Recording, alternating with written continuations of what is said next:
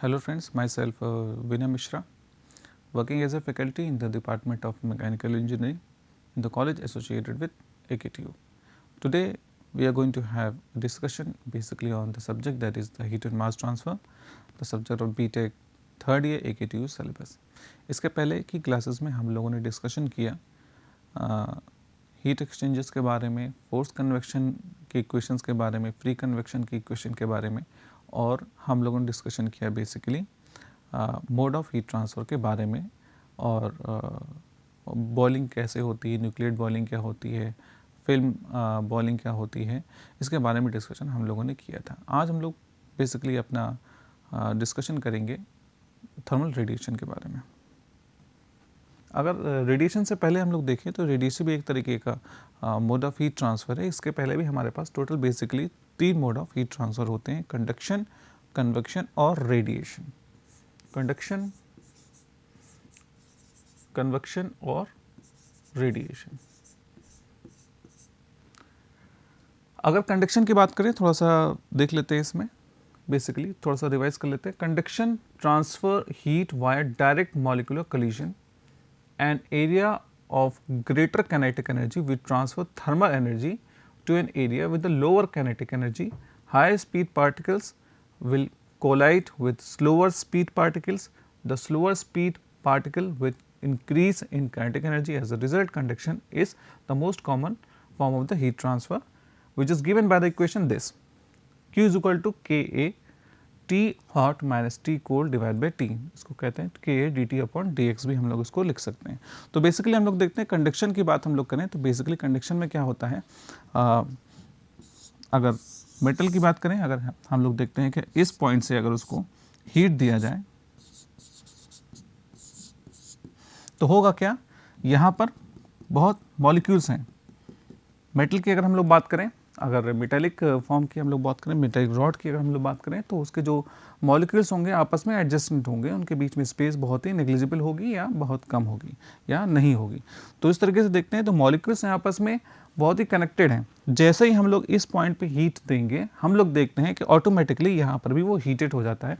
अगर initial temperature इसका 50 degree centigrade है पूरी बॉडी का, अगर इसको हीट दे करके हमने इस पॉइंट को 100 डिग्री सेंटीग्रेड बना दिया तो होगा क्या, कुछ समय बाद इस पॉइंट का टेम्परेचर भी बढ़ता चला जाएगा। कहाँ तक बढ़ता चला जाएगा, 100 डिग्री सेंटीग्रेड या उससे कम तक। तो हम लोग देखते हैं, हम लोग मान लिया 90 डिग्री सेंटीग्रेड इसका अपने आप टेम्परेचर हो जाता है। अगर इसकी length certain amount of length अगर है इसकी, तो ये जो हीट ट्रांसफर हो रहा है यहाँ पे, हमने इस पॉइंट को हीटअप किया, अपने आप ये पॉइंट भी अपने आप हीटअप हो गया। इस पॉइंट पे हमने अलग से हीट नहीं दी थी। यहाँ पर क्या हुआ, एक ही रॉड है, मॉलिक्यूल्स आपस में कनेक्टेड हैं। जब मॉलिक्यूल्स आपस में कनेक्टेड हैं तो जो मॉलिक्यूल्स होगा क्या, जैसे ही हम हीट देंगे तो थर्मल एनर्जी ट्रांसमिशन होगा मॉलिक्यूल्स को, यानी मॉलिक्यूल्स की एनर्जी बढ़ेगी, वाइब्रेशन होगा। अब क्या होगा, वो एक मॉलिक्यूल्स अपने एडजेसेंट मॉलिक्यूल्स को एनर्जी को ट्रांसमिट करेगा। जाहिर सी बात है, हम लोग देखते हैं थर्मोडायनेमिक्स में कि हीट हमेशा हाई टेम्परेचर से लो टेम्परेचर बॉडी को ट्रांसमिट होती है। सेम कॉन्सेप्ट यहाँ पर होगा। हाई एनर्जी जो मॉलिक्यूल्स होंगे वो अपनी एनर्जी दूसरे मॉलिक्यूल्स को, एडजेसेंट मॉलिक्यूल्स को देंगे, जिसकी वजह से ये प्रोसेस चलता चला जाएगा और यहाँ पर बेसिकली जो लास्ट मॉलिक्यूल होगा उसको भी एनर्जी यहाँ पर मिलती चली जाएगी। तो इस तरीके का जो हीट ट्रांसफॉर्मेशन हो रहा है उसको हम लोग कहेंगे दिस इज बेसिकली कंडक्शन। अगर इक्वेशन की बात करें, Q the rate of heat transfer, that must be equal to Ka dt upon dx। K thermal conductivity, A area, temperature कितना है basically T hot T cold का, divide by distance. Q heat transfer per unit time, K thermal conductivity of the barrier, A heat transfer area, T hot temperature of the hot region, T cold temperature of the cold region, and D is the thickness of the barrier. अगर हम लोग convection की बात करें, when a fluid such as air or liquid is heated and then travel away from the source, it carries the thermal energy along. This type of heat transfer is called as convection. Radiation के पहले conduction और convection को जानना जरूरी है। हम लोग इसके बारे में पहले भी डिस्कशन डिटेल में कर चुके हैं, लेकिन थोड़ा सा रिवीजन हम लोग कर रहे हैं ताकि रेडिएशन को समझने में हम लोग को आसानी हो। तो बेसिकली यहाँ कन्वेक्शन की बात हम लोग करें तो बेसिकली यहाँ पे फ्लूइड, एयर या लिक्विड में जिस तरीके का जब हम हीट देंगे किसी भी एक पॉइंट को, तो उस पॉइंट को हीट देने के बाद जो मॉलिक्यूल्स होते हैं वो थर्मल एनर्जी के कैरियर बन जाते हैं। वो जब एक जगह से दूसरी जगह पे जाते हैं, रिप्लेसमेंट होता है उनका, तो उस तरीके से जहाँ पे हीट ट्रांसफ़र होगा तो उस तरह के हीट ट्रांसफ़र को बेसिकली हम लोग कन्वेक्शन हम लोग बोलेंगे। At the molecular level the molecule expand upon the introduction of thermal energy as the temperature of the given fluid mass increases. The volume of the fluid must increase by the same factor. This effect on the fluid causes displacement as the immediate hot air rises, it pushes denser cold air down. This series of events represent how convection current are formed. The equation convection rate is calculated as this equation. Q is equal to heat transfer coefficient H is area and this is temperature difference. तो basically यहाँ पे basically हम लोग देखते हैं, अगर यहाँ पर फ्लूइड है या एयर है, अगर इस पॉइंट पे हम लोग हीट दें तो होगा क्या, ये जो मॉलिक्यूल्स है इसका टेम्परेचर बढ़ जाएगा। इसका टेम्परेचर बढ़ने की वजह से इसकी डेंसिटी हमारी कम हो जाएगी। डेंसिटी कम होने की वजह से होगा क्या, ये ऊपर राइज करेगा। जब ऊपर राइज करेगा तो उस स्पेस में, इस स्पेस में एक अलग सा मॉलिक्यूल आएगा, फिर से इसका टेम्परेचर राइज करेगा, फिर ये ऊपर जाएगा, ये ऊपर उसी तरीके से जाएगा जिस तरीके से हॉट एयर बलून की जो एयर को हम जब गर्म करते हैं तो वो डेंसिटी कम होने की वजह से वो ऊपर चला जाता है। सेम कॉन्सेप्ट यहाँ पर होगा, तो जिसकी वजह से अब ये एक सर्कुलेशन सा मॉलिक्यूल्स का बनता चला जाएगा, तो इसको हम लोग कहेंगे this is basically free convection. Convection है, कन्वेक्शन का बेस जो और भी हम लोग डिटेल में बात करें, this is basically free convection. यहाँ पे फ्री कन्वेक्शन की वजह से यहाँ पे हीट का ट्रांसफॉर्मेशन हो रहा।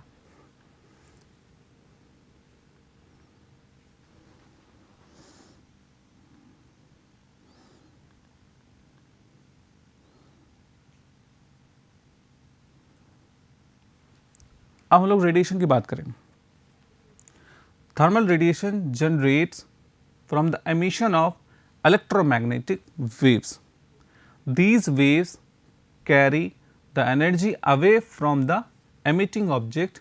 Radiation occurs through a vacuum or any transparent medium, either solid or fluid. All material radiate thermal energy based on their temperature. The hotter and the object, the more it will radiate. The sun is a clear example of heat radiation that transfer heat across the solar system.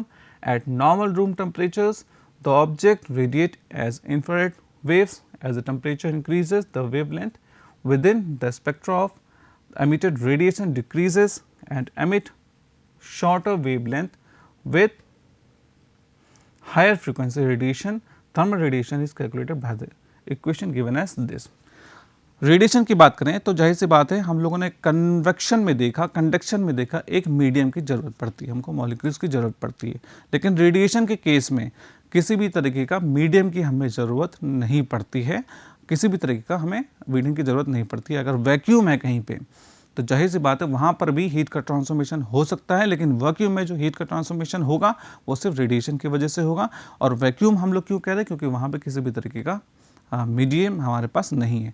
Radiation का example लें हम लोग, तो जैसे सन से जो हमारे पास जो हीट आती है यहाँ पर वो सिर्फ एक रेडिएशन की वजह से आती है, क्योंकि सन और अर्थ के बीच में जो स्पेस है वहाँ पर एक तरीके से कोई मीडियम हमारे पास नहीं है, किसी भी तरीके का कोई भी हम मटेरियल हमारे मॉलिक्यूल्स की बात करें या मीडियम की बात करें तो बेसिकली वहाँ हमारे पास नहीं है। तो सन से जो भी हीट का ट्रांसफॉर्मेशन अर्थ तक होगा वो इलेक्ट्रोमैग्नेटिक वेव के फॉर्म में होगा। यानी इस तरीके के जो प्रोसेस होता है हीट का ट्रांसफॉर्मेशन का, उसको हम लोग कहते हैं this is basically radiation. Radiation के लिए बेसिकली जो इक्वेशन हम लोग यूज़ करेंगे वो इक्वेशन यूज़ करेंगे दिस और टेम्परेचर के रेज़ टू द पावर 4। इसके बारे में डिटेल हम लोग बात करेंगे आगे के क्लासेस में। यहाँ पे एग्जांपल लेके देखें, ये हमारा बेसिकली एक अगर हम लोग मान के चले, अगर मेटेलिक रॉड हम लोग लेकर के चलें इसको, ये मेटेलिक है, इसमें फ्लूइड अगर भरा हुआ है और यहाँ पर हीटिंग एलिमेंट है। हीटिंग एलिमेंट और इसके बीच में स्पेस है हमारा बेसिकली। अब क्या होगा, ये हीट और इस लिक्विड के बीच में, जैसे हम लोगों ने पहले भी डिस्कशन किया, ठीक है, अगर हम लोग कंडक्शन के बारे में डिस्कशन करें तो यहाँ पर इस स्पेस को, यहाँ पर टेम्परेचर ज़्यादा है, टेम्परेचर ज़्यादा होने की वजह से देखिए यहाँ पर रेड लाइन और आगे से आगे बढ़ते चली जा रही है। इसका ये इस पॉइंट पे टेम्परेचर ज़्यादा है, यानी हीट का ट्रांसफॉर्मेशन इस पॉइंट पे हो रहा है, जिसकी वजह से ये स्पेस भी हमारा कुछ समय बाद धीरे धीरे हमारा हीटअप हो जाएगा। तो यहाँ पर जो जिस तरीके का जो हीट ट्रांसफ़र हो रही है उसको हम लोग कह रहे हैं this is basically conduction. Convection की बात करें तो यहाँ पर मॉलिक्यूल्स जो एयर के हैं हीटअप होने की वजह से ऊपर जा रहे हैं, फिर नीचे आ रहे हैं, तो एक तरीके से कन्वेक्शन करंट यहाँ पे फॉर्म हो रही है, मॉलिक्यूल्स रोटेशन हो रहा है। अब यहाँ पे हीट का ट्रांसफॉर्मेशन मॉलिक्यूल्स खुद कर रहे हैं यहाँ पे। तो यहाँ पर जिस तरीके जो हीट ट्रांसफर हो रहा है उसको हम लोग कहेंगे this is basically due to convection. Radiation, इसके स्पेस के बीच में किसी भी तरह की कोई भी इंट्रैक्शन मीडियम नहीं है, तो उसको हम लोग कहेंगे दिस इज रेडिएशन, क्योंकि यहाँ पे इलेक्ट्रोमैग्नेटिक वेव के फॉर्म में हीट का ट्रांसफॉर्मेशन यहाँ पे हो रहा है। Radiation energy transfer across the boundary system boundary due to temperature difference by the mechanism of photon emission and electromagnetic wave emission, यानी फोटोन के एमिशन की वजह से और इलेक्ट्रोमैग्नेटिक वेव के एमिशन की वजह से बेसिकली यहाँ पे रेडिएशन हमारा हो रहा है। अगर रेट ऑफ एमिशन के बारे में बात करें, the rate of emission of radiation by a body depend upon the following factor. Number 1, temperature of the surface, कितना ज़्यादा रेडिएशन है, कितना ज़्यादा हीट का ट्रांसफॉर्मेशन हो रहा है, वो डिपेंड करेगा बेसिकली ये तीन हमारे फैक्टर्स पे। पहला है हमारा the temperature of surface, temperature कितना है सरफेस का, nature of the surface, wavelength और frequency of the radiation. The parameter which deals with the surface emission properties as given below. Number 1, total emissive power. The emissive power is defined as the total amount of radiation emitted by a body per unit area and time. It is expressed in watt per meter square. The emissive power of a black body according to Stephen Boltzmann is proportional to absolute temperature to fourth power. यानी जो अगर emissive power की बात करें तो वो proportional होगी fourth power of temperature के। अगर प्रोपोर्शनल का साइन हटाएंगे तो जाहिर सी बात है कांस्टेंट आएगा, जिसको हम लोग कहेंगे this is basically Stefan Boltzmann constant, जिसकी वैल्यू होगी हमारी 5.67 into 10⁻⁸ watt per metre square. Monochromatic emissive power के बारे में अगर हम लोग बात करें, इसको रिप्रेजेंट किया जाता है ई लैम्डा से, E suffix lambda. It is often necessary to determine the spectral distribution of the energy radiated by the surface at any given temperature. The amount of radiation emitted per unit wavelength varies at different wavelength. For this purpose, the monochromatic emission power of the surface is used. It is defined as the rate of energy radiated per unit area of the surface per unit wavelength. The total emissive power is given by this. Total emissive power की बात करें तो over the इसको wavelength के form में integrate करेंगे 0 से infinity, वहाँ पर जो इक्वेशन आएगी वो बेसिकली हमारी टोटल एमिसिव पावर की होगी। Emission from real surface emissivity. The emissive power of the real surface emissivity, real surface is given by capital E is equal to emissivity of the material, this constant A⁻⁴ emissivity. It is defined as the ability of surface of a body to radiate heat, यानी किसी भी कोई भी surface की वो ability जो radiation कर सकती है उसको हम लोग बेसिकली हम लोग emissivity से represent करेंगे, emissivity उसको हम कहेंगे। It is also defined as the ratio of emissive power of any body to the emissive power of the black body of the equal temperature, यानी इसकी वैल्यू क्या होगी capital E by capital EB। Its value varies for different substance ranging from 0 to 1. For a black body this must be equal to 1, for a white body this must be equal to 0, for a grey body it lies between 0 से 1 के बीच में उसकी value होगी। It may varies with temperature और wavelength। हम लोग बात करें एब्जॉर्प्टिविटी, रिफ्लेक्टिविटी और ट्रांसमिटिबिलिटी के बारे में अगर हम लोग बात करें तो हम लोग देखेंगे basically when incident radiation also called as irradiation की बात करें, यानी जो इरेडिएशन बेसिकली क्या होगा, इंसिडेंट रेडिएशन जो होगा उसको हम लोग इरेडिएशन बोलेंगे। Called as the total incident radiation on the surface from all direction per unit time per unit area of the surface expressed in watt per meter square and denoted by G. Impinging on surface, three things happen. A part is reflected back Gr, a part is transmitted through G suffix T, remainder is absorbed Ga, G suffix A. Depending upon the characteristics of the body, it is shown as given below. कोई भी एक material है हमारे पास, सभी direction से जो भी radiation आ रहे हैं, सभी डायरेक्शन जितने भी डायरेक्शन से जो भी रेडिएशन आ रहे हैं उसको हम लोग बेसिकली रेडिएशन बोल रहे हैं, जिसको हम लोग रिप्रेजेंट कर रहे हैं कैपिटल G से। अब होगा क्या, इस रेडिएशन के तीन पार्ट बेसिकली होंगे।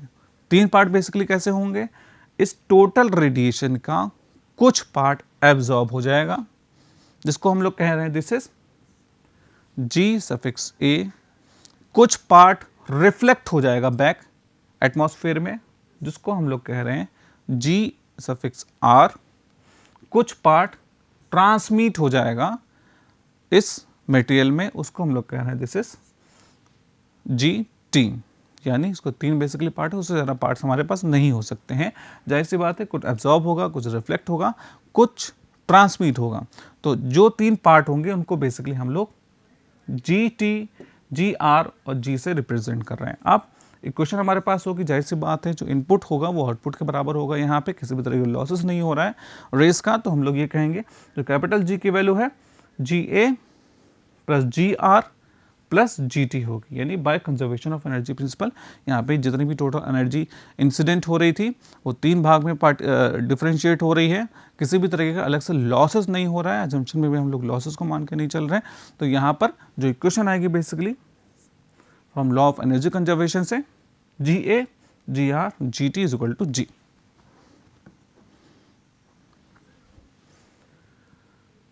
Dividing both side by G से अगर हम लोग डिवाइड कर दें तो ये क्वेश्चन आएगी हमारे पास capital GA divide by G plus GR divide by G plus GT divide by G which is equal to G capital divide by capital G। तो ये यहाँ पर इक्वेशन वैल्यू आ जाएगी 1, ये वैल्यू हो जाएगी अल्फा के बराबर, ये वैल्यू हो जाएगी रो के बराबर, ये वैल्यू हो जाएगी टॉ के बराबर। अल्फा क्या है basically, alpha is GA by G, rho GR by G, tau GT by G which is equal to 1। अब ये है क्या alpha, alpha is equal to absorptivity और the fraction of incident radiation absorbed, यानी वो incident radiation जो incident radiation हो रहा था उसका वो फ्रैक्शन जो एब्जॉर्ब हो गया उसको हम लोग कह रहे हैं दिस इज अल्फा से रिप्रेजेंट कर रहे हैं, जिसकी वैल्यू बराबर है GA बाय G की। रो क्या है, रिफ्लेक्टिविटी और the fraction of incident radiation reflected, यानी जो फ्रैक्शन टोटल जो इंसिडेंट टोटल रेडिएशन हो रहा था उसका वो पार्ट जो रिफ्लेक्ट हो गया बैक, उसको हम लोग कह रहे हैं this is rho, the fraction of incident radiation reflected. तीसरा पार्ट है ट्रांसमिटिविटी और fraction of incident radiation transmitted, यानी इंसिडेंट रेडिएशन का वो पार्ट जो ट्रांसमिट हो गया उसको हम लोग कह रहे हैं टाउ, जिसकी वैल्यू है GT by G। When the incident radiation is absorbed, it converted into internal energy। अब जाहिर सी बात है जो इंसिडेंट रेडिएशन एब्जॉर्ब्ड हो गया है किसी भी मटेरियल में, उसको हम लोग बेसिकली किस में कन्वर्जन होगा, इंटरनल एनर्जी में उसका कन्वर्जन हो जाएगा। इसके बारे में थोड़ा बहुत डिस्कशन हम लोगों ने पहले भी कर रखा था कि इंटरनल एनर्जी बेसिकली किन किन चीज़ों की वजह से बढ़ सकती है। तो जाहिर सी बात है एक ये भी रीज़न होता है कि जो रेडिएशन हो रहा है बेसिकली उसकी वजह से भी यहाँ पे इंटरनल एनर्जी हमारी बढ़ सकती है।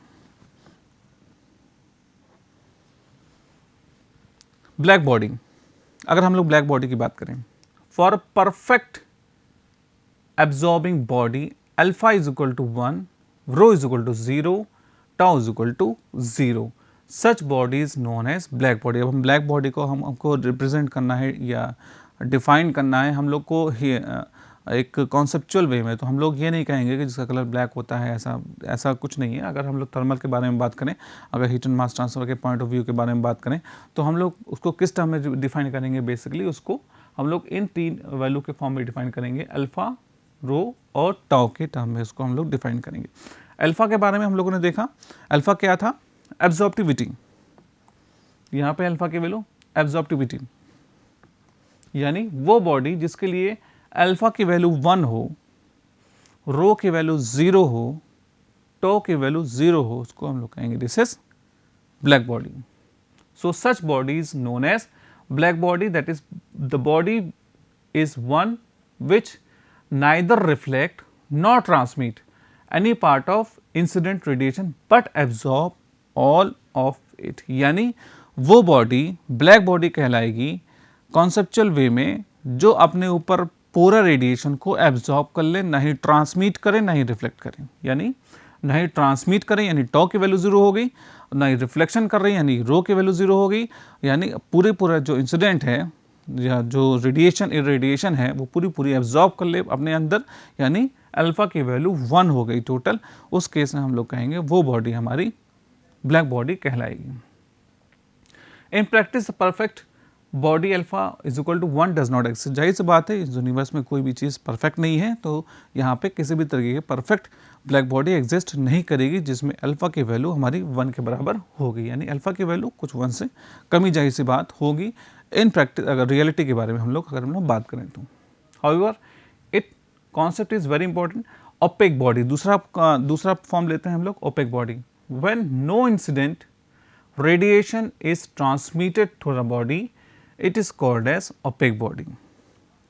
जाहिर सी बात है, ओपेक का मतलब क्या है? ट्रांसपेरेंट का उल्टा, ठीक है। ट्रांसपेरेंट का उल्टा का मतलब ओपेक बॉडी में जब no incident radiation is transmitted through the body, it is called as opaque. यानी ट्रांसमिटिबिलिटी की वैल्यू, टॉ की वैल्यू अगर हम लोग 0 कर दें उस किसी भी बॉडी के लिए, तो हम लोग ये कहेंगे वो बॉडी बेसिकली ओपेक बॉडी है। अगर ओपेक बॉडी है तो जाहिर सी बात है टॉ की वैल्यू उसके लिए 0 होगी। टॉ का मतलब क्या है? ट्रांसमिटिविटी।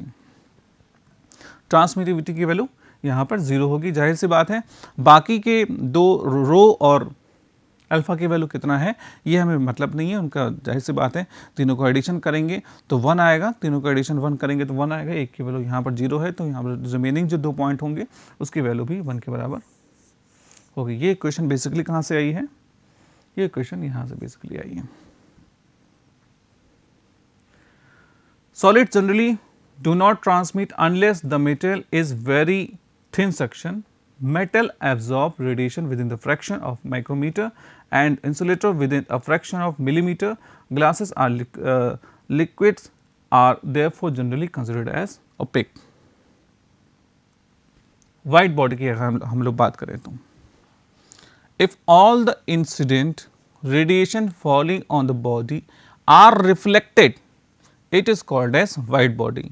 यानी यहाँ पर रिफ्लेक्शन पूरी तरीके से हो रहा है तो उस तरीके का जो बॉडी पूरी तरीके से रिफ्लेक्ट कर दे अपनी पूरी रेडिएशन को, जो इंसिडेंट हो रहा है उसको हम लोग वाइट बॉडी बोलेंगे। और वाइट बॉडी के लिए रो की वैल्यू यानी रिफ्लेक्टिविटी की वैल्यू, रो की वैल्यू रिफ्लेक्टिविटी की वैल्यू यहाँ पर 1 के बराबर होगी, क्योंकि रिफ्लेक्शन पूरी तरीके से वो बॉडी रिफ्लेक्शन पूरी तरीके से कर दे उसको हम लोग बेसिकली वाइट बॉडी बोलेंगे। बाकी की वैल्यू हमारी 0 हो जाएगी। ग्रे बॉडी की अगर हम लोग बात करें, if the radiative property alpha, rho, tau of a body are assumed to be uniform over the entire wavelength spectrum, then such body is called as grey body. A grey body is also defined as one whose absorptivity of a surface does not vary with the temperature and the wavelength of the incident radiation alpha lambda is equal to constant। अगर Stefan Boltzmann law की बात करें हम लोग तो हम लोग देखेंगे तो the law state that emissive power of the black body is directly proportional to the 4th power of its temperature. यानी ई बी की वैल्यू प्रोपोर्शनल होगी टेम्परेचर के फोर्थ पावर से, जाहिर सी बात है अगर प्रोपोर्शनल है, प्रोपोर्शनल का साइन हटेगा तो एक कांस्टेंट आएगा जिसकी वैल्यू हम लोग कह रहे हैं this is Stephen Boltzmann constant 5.67 into 10⁻⁸ इसकी वैल्यू होगी वाट per metre square into kelvin की पावर 4। अब यहाँ पे हम लोग देखते हैं कि इसीलिए जो रेडिएशन के फॉर्म में जो हीट का ट्रांसफर होता है वो बहुत ज़्यादा तेज़ी से होता है, जाहिर सी बात है। वो इसलिए तेज़ी से क्यों होता है, जो जाहिर सी बात है क्योंकि यहाँ पर टेम्परेचर की पावर 4 के फॉर्म में हम लोग को वेरिएशन हो रहा है। अगर टेम्परेचर को दुगना कर दें तो जो हीट का ट्रांसफॉर्मेशन होगा या जो EB की वैल्यू है, अगर हम लोग बात करें EB के टर्म्स के बारे में, तो यहाँ पर अगर टेम्परेचर दुगना कर दे तो यहाँ पे 2 इंटू 2 इंटू 2 इंटू 2 यानी 16 टाइम्स यहाँ पे हो जाएगा। इसीलिए हम लोग कहते हैं कि इस तरह का जो ट्रांसफॉर्मेशन होता है वो ज़्यादा तेज़ी से होता है। तो इस तरीके से हम लोगों ने डिस्कशन किया रेडिएशन के बारे में। आगे क्लासेस में और डिस्कशन करेंगे हम लोग। तब तक के लिए धन्यवाद।